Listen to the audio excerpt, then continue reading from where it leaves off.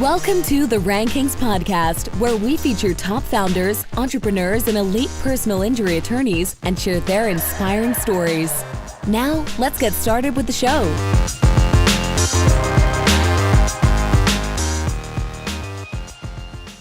Chris Dreyer here, CEO and founder of Rankings.io, an SEO agency for personal injury law firms. You're listening to the Chris Dreyer Podcast, where I invite top digital agency owners, elite SEO experts, and innovative digital marketers to share their inspiring stories.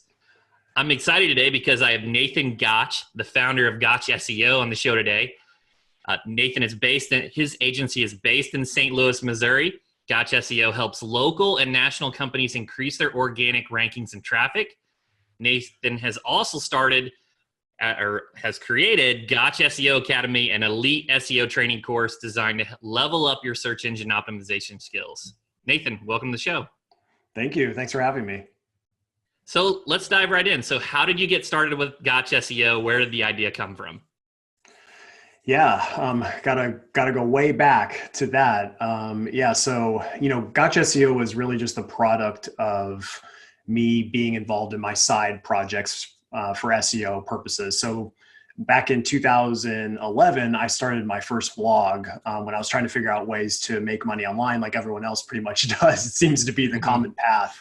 Back then I was doing paid surveys, and I was doing paid articles on e-zine articles and things like that, just trying to find any way to make money. And then I eventually stumbled upon this course called Web Colleagues, and they had all these different ways of making money. And one of the ways was to start your own blog. That's still a really great way to make money online even today. But back then I was like, I don't really have any skills at this point being in college. But the only skill I knew was how to throw a baseball because I was on the college baseball team. So I was like, I guess I can talk about that. So then I ended up creating a blog on baseball pitching, and that just became the breeding ground for me, just learning all about SEO and learning about just marketing in general, and even business lessons there too. So then I just got so obsessed with SEO, and I eventually just started creating website after website. So I was creating just like these really small niche websites to try to make affiliate income. So I started an under-counter ice maker review website, and then I started a Bowflex reviews website. And these things were I was basically building them just to test and prove my SEO skills. And then eventually I started getting so good that I was like, I wonder if I could sell this to businesses and do it for them. Around 2013, that's when I decided okay, I'm going to start taking on some clients here and there and see if people actually pay me to do this. The rest is kind of history from there. And then I started taking on clients, and obviously grew a lot. Fast forward to 2016, I started Gotch SEO Academy, which is where I'm showing other SEOs how to do it, or future SEOs how to do it. And that was interesting when I launched, because I launched with, and I sold 7 spots. So I had 7 students on my first launch, but now I'm over 1,000. So it's pretty crazy how it can grow if you just stick with it over time. And I've been doing it now for, over 4 years almost. So, that's the high level overview of the last 7 years of doing this. So.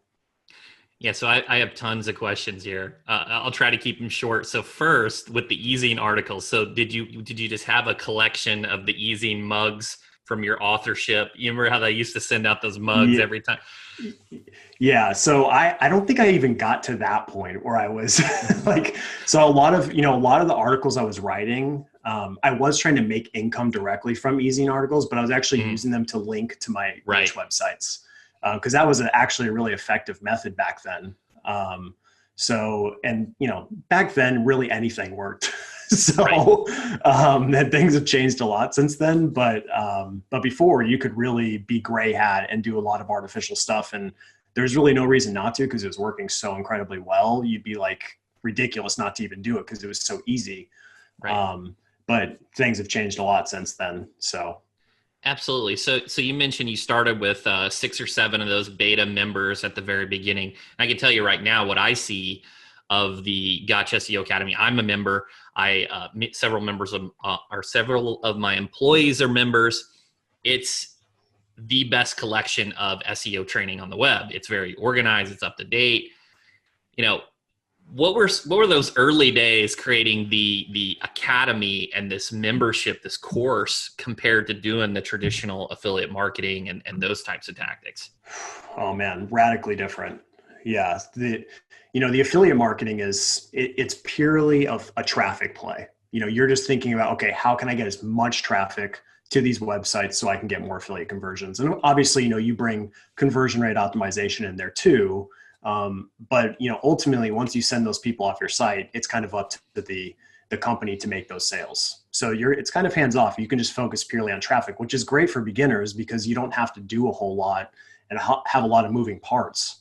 Now, courses are much different. A course is like running a real business because there's so many different parts. You have product development, you have marketing, you have sales. It's literally an entire process. And operations. Like, for example, to put in perspective, I had to hire a community manager because I literally could not respond to everything that was in the group and continue to work on the course at the same time. So I had to decide, like, okay, how am I going to be able to work on the course and continue to make the community good? So I decided to, I kind of did a little bit of recruiting in the group. I wanted to see who was really active in there, who was adding value without being paid. And then I identified someone's named Simon. I'm sure you've seen him participating in there many times. But I made him the community manager, and he's done an incredible job.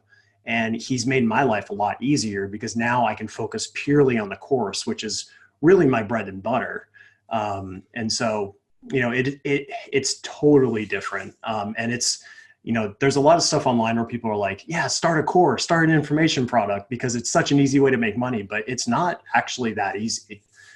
It's actually very difficult because the investment that goes into those courses is so substantial as far as time and money.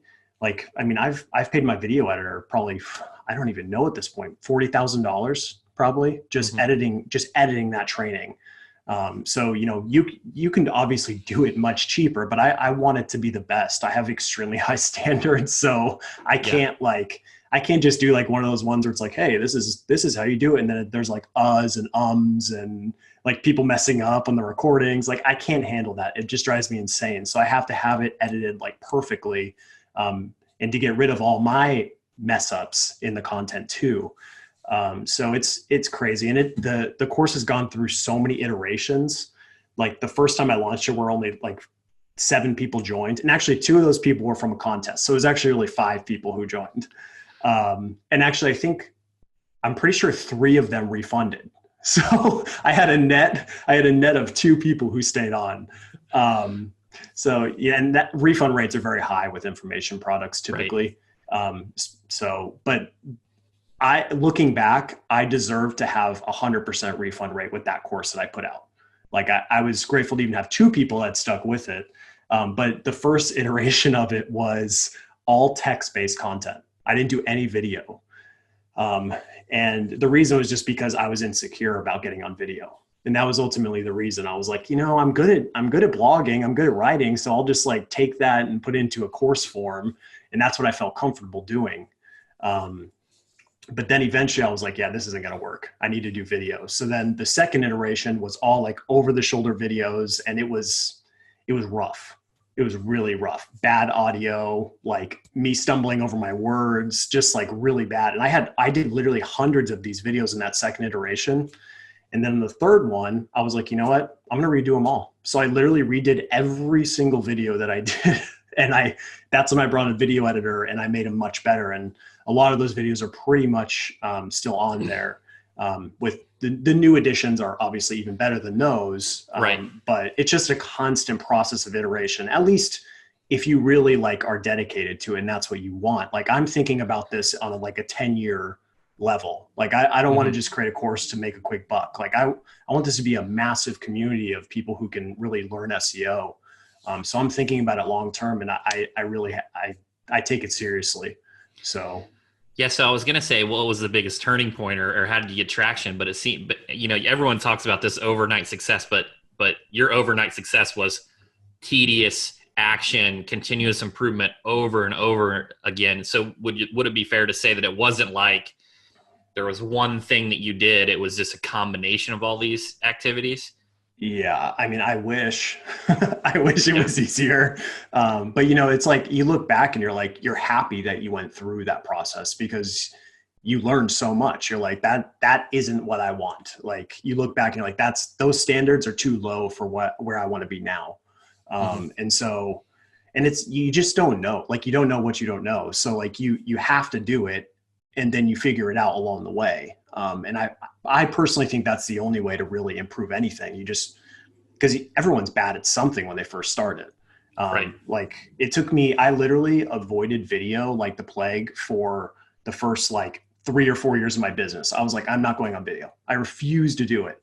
And it was just because I didn't want to. I was too insecure. I'd never been on video. And in fact, I have kind of a funny story. When I think it was maybe 2014, we signed up for the Yelp advertiser program.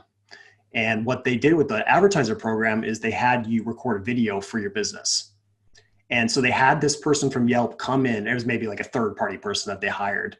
They came to my apartment, which is where my SEO business was out of at the time, with my future wife and my best friend from college. So those are my 2 employees. And they came and did like this like promo video for our company. And I was horrified. I was literally horrified of having to do that video. And like, I just remember when because there was like no script or anything. So he's just like, all right, here you go. Talk about the business. And I'm like a deer in the headlights. Like I couldn't even like think at all. And so it's just crazy to look back to that and be like, oh my gosh, that was horrible. And like, even just that experience alone made me not want to do video for a very long time. But that's just the way it is. So I'm with you. I get petrified when I look at some of my old affiliate marketing stuff on like how to lose a double chin or how to stain concrete floors. It's like, how do I bury all this stuff that I created over the years? And the video thing's been challenging for me too. I get a lot of people that I talk to, these attorneys, they're like, I never see you at the conferences. I'm like, whoa, I'm kind of an introvert. Like, yeah, so I don't do it. That's how it is for me too. Like, that's why I've been invited to go and speak at these SEO conferences. And like, I'm like, well, I'm like working on things, so I can't go. But it's because I am an introvert. Like I don't enjoy like doing that. I do it because it's a necessity, but I don't truly enjoy like doing it. I mean, I love teaching. I really do. I genuinely love teaching, which is really the part of my motivation to do it. But yeah, just that is difficult when you're an introvert. And for me, that's my kind of like next barrier that I have to break is speaking in front of people in person. That's kind of my next phase. But I know the only way to do it is to, actually do it. So. Yeah. And one of the things you mentioned was YouTube, is like getting over the fear to be on camera. And, before our interview here, I went and I was doing some research about your company, and I go to your YouTube channel. You've got close to 15,000 subscribers from 55 videos.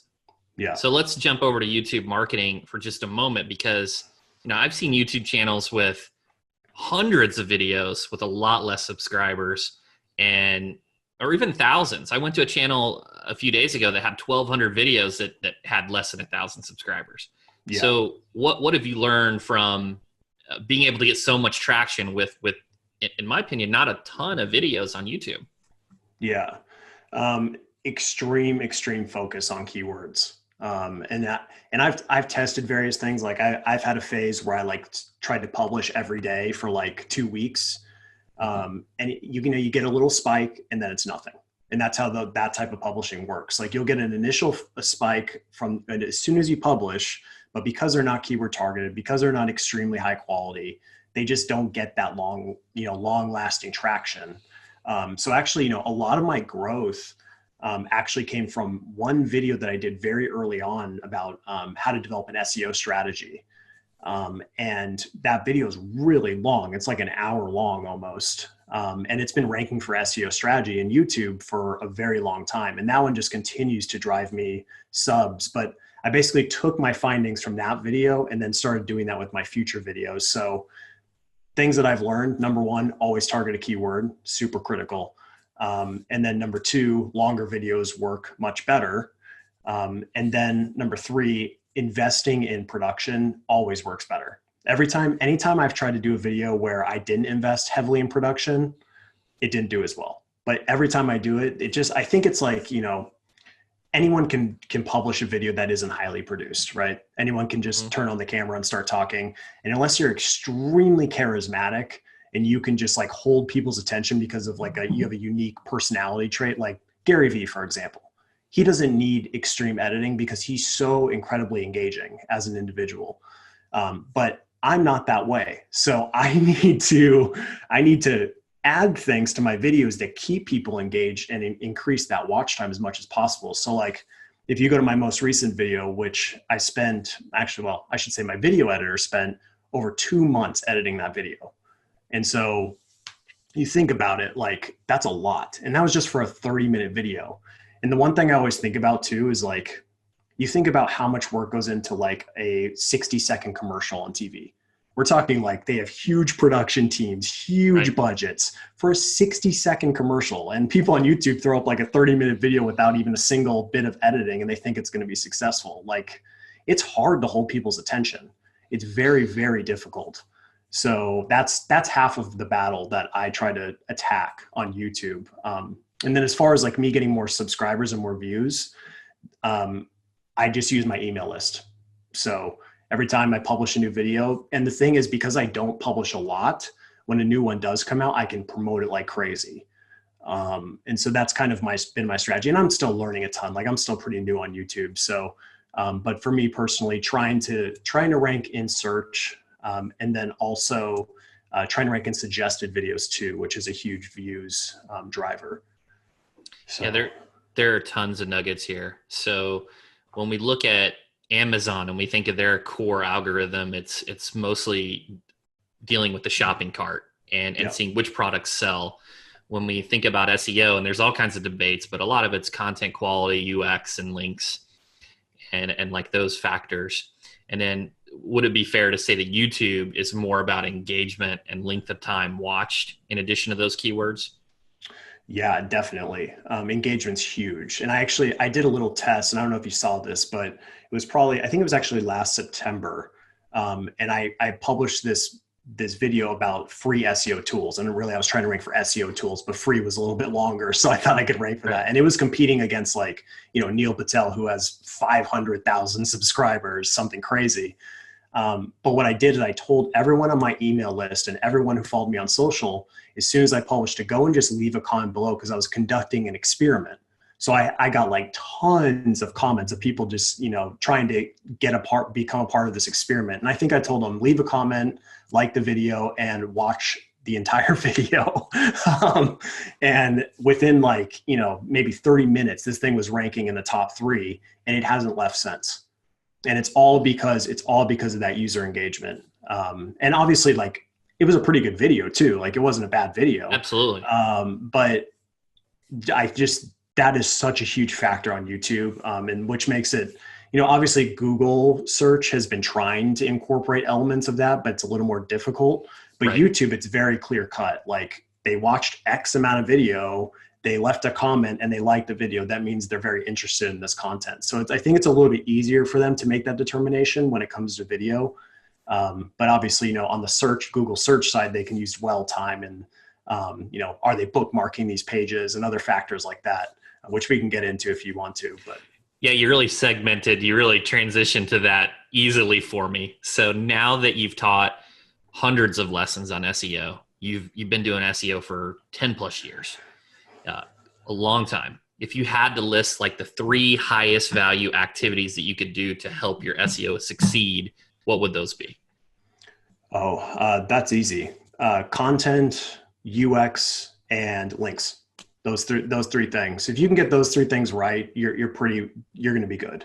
There are a lot of other things, especially, like subcategories of each of those that need to be focused on. But when you look at it at a very high level, it always starts at content, because if you don't have good content or you don't have good pages, and I refer to content as many different things. Like when people hear content, they think of blog posts. But when I say content, I'm referring to informational content on the blog. I'm referring to transactional pages. I'm referring to a comparison page. That's all content to me. Even an image is content to me.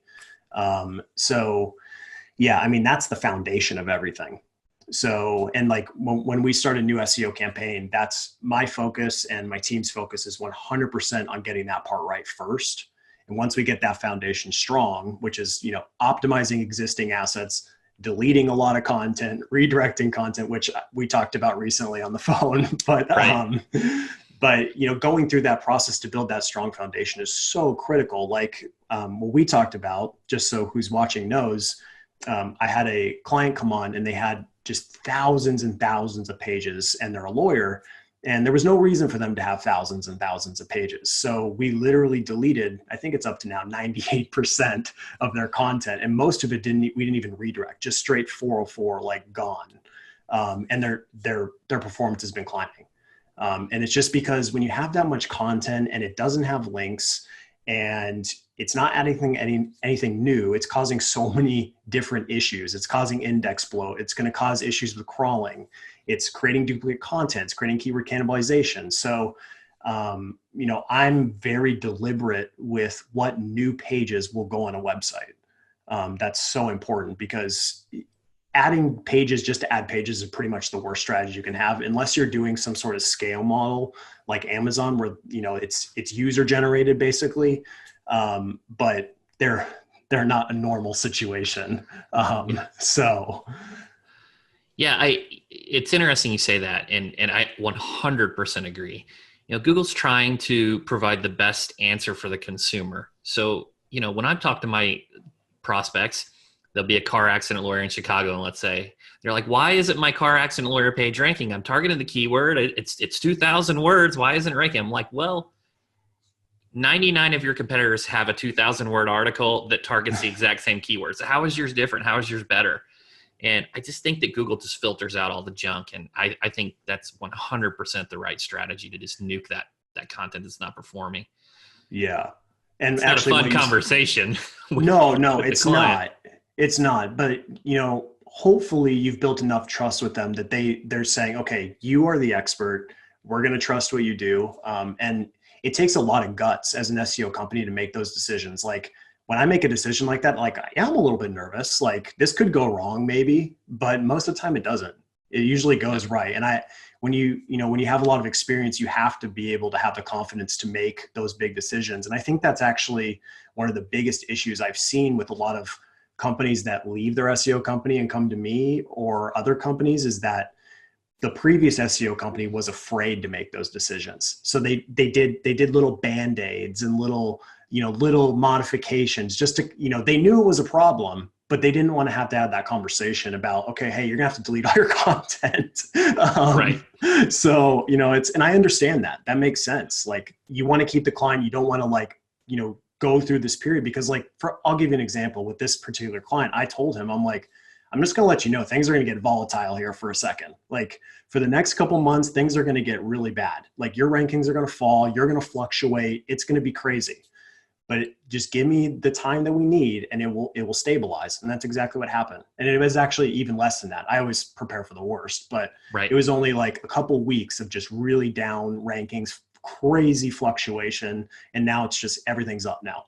So it's hard. It's really hard, but it's just better to make those decisions. And I actually have on my whiteboard over here, I would show you, but it would probably not look very good on video, but I have, the first 1 to 3 months is what I call the clients will hate you period. And I actually got that from you because you said that, that's the most difficult period. I was thinking about them like, yeah, the first 1 through 3 months, the client should probably not really like you, because you should be making really aggressive changes to make sure that the next 3 to 12 months are substantially better. And so that's the period where you really should be going all in to really build out that foundation. And obviously, you need to have some checks and balances in place to make sure that they're happy. But yeah, that's what I call like the rebuild phase, and the optimize phase is kind of that first 1 to 3 months. I call that internally the first 3 months that teach our clients not to be crazy, to set those expectations. That's right. That's right. So Nathan, you're clearly an expert. You've got, over 1,000 subscribers on Gotch SEO Academy. So, what are some of the books or who are some of your mentors that help you continuously improve and stay on top of your game? Oh man. Yeah, it's weird with books because I learn a lot from people who are not in my industry. So like I'm like a diehard Warren Buffett guy. Like I Yep. love everything that he says. I'm just like obsessed with his ideology. Like he's just, Mhm. the way he operates is so incredible. Like just everything about it. I just study him and I follow him a lot. So yeah, anything with him is good. But then obviously like I read a lot of, personal development books just because it's good to stay on top of that. Although a lot of it is redundant. Um, Weirdly, I really like investing books. I don't know why. For some reason it like relates very similar to how SEO is for me, because SEO is so volatile sometimes, the ups and the downs, and that stocks and investing is a similar trajectory. So I think I kind of get attracted to that a little bit. But I'm not super aggressive with investing. I just invest in index funds. But I like the process of like studying companies. And my brother-in-law works. He's a CFA, and he works for an investment company. And I just told him like, hey, if you ever want like data about online marketing about these companies that you're interested in, I can give it to you. So like I prepared this thing on Gap. As a potential prospect they wanted to invest in. So I took all this SEM rush data and Ahrefs data to show how they're trending over time and against their competitors. So it's those tools are so incredible. I'm shocked that these companies don't use them to actually get intel about these companies and how they're performing online. It's crazy how much information you can get. So Absolutely. I also see you got winning Jack Welch behind you. You got a little Grant yes, Cardone to pump you up, when you yeah, need that I little mix it extra up. motivation. Yeah, so Yeah. it's good stuff. Yeah, so Nathan, one final question here. What questions or stories did we not talk about that you feel would be important for our audience? Um, well, I would say as far as like SEO, one thing that I feel like I kind of left out was just the link building side, Hmm. which cannot be neglected. It's just, you can go far building out that foundation, rebuilding a site, optimizing a site, but then once that's done, and let's say everyone in your particular market has done that too. Everyone has a great user experience. Everyone has great content. So what's going to be the deciding factor? Well, that's when the third party signals come in, and that's what makes the difference. And so, it's so critical that you have an effective link building program in place for any SEO campaign, because it's just really difficult if you don't. And obviously, if you're willing to wait a very long time, you can maybe get those natural links. But in most cases, especially in client SEO where you need to be getting results fast, you need to be active link building. And that doesn't mean, building, really terrible links. It just means that you're actively going through that process to get those new links to the site. And, as you know about me, I think you should always have linkable assets. Super, super important. And, you do this already, but anything data driven is huge. Works so well. And then it works well because it works in pretty much every industry. So you can find data, you can find research, you can actually even create your own data. Like I do that with Gotch SEO a lot. Like I'll literally create my own data just by doing my own research. And obviously the more unique data there is, the more linkable it is, but you can always find data in pretty much any industry. So Yeah, that's just gold there. You have to get those signals. I mean, that's the votes that Google looks at. I mean, they look at a lot of different signals, but ultimately, when, like you said, if the content's pretty close and web designs are similar, they're going to look at other factors, those external factors too. yeah, that's for sure. Guys, we've been talking to Nathan Gotch, SEO expert and founder of Gotch SEO. Nathan, where can people go to learn more? Go to GotchSEO.com. And if you want to get, a little more in-depth training, you can go into the academy. We've kind of changed the whole pricing model to be more affordable because we're kind of going after maybe the whole world now instead of just the US. So we've changed that model so that it can be, you can learn SEO without having to go into debt, which I think is a good thing, because there are some courses where, you got to kind of make that life or death decision there. And that's not something I want. So. Absolutely, guys, go check it out, and I'll link that up in the show notes. Guys. Thanks a lot, Nathan. Thank you so much.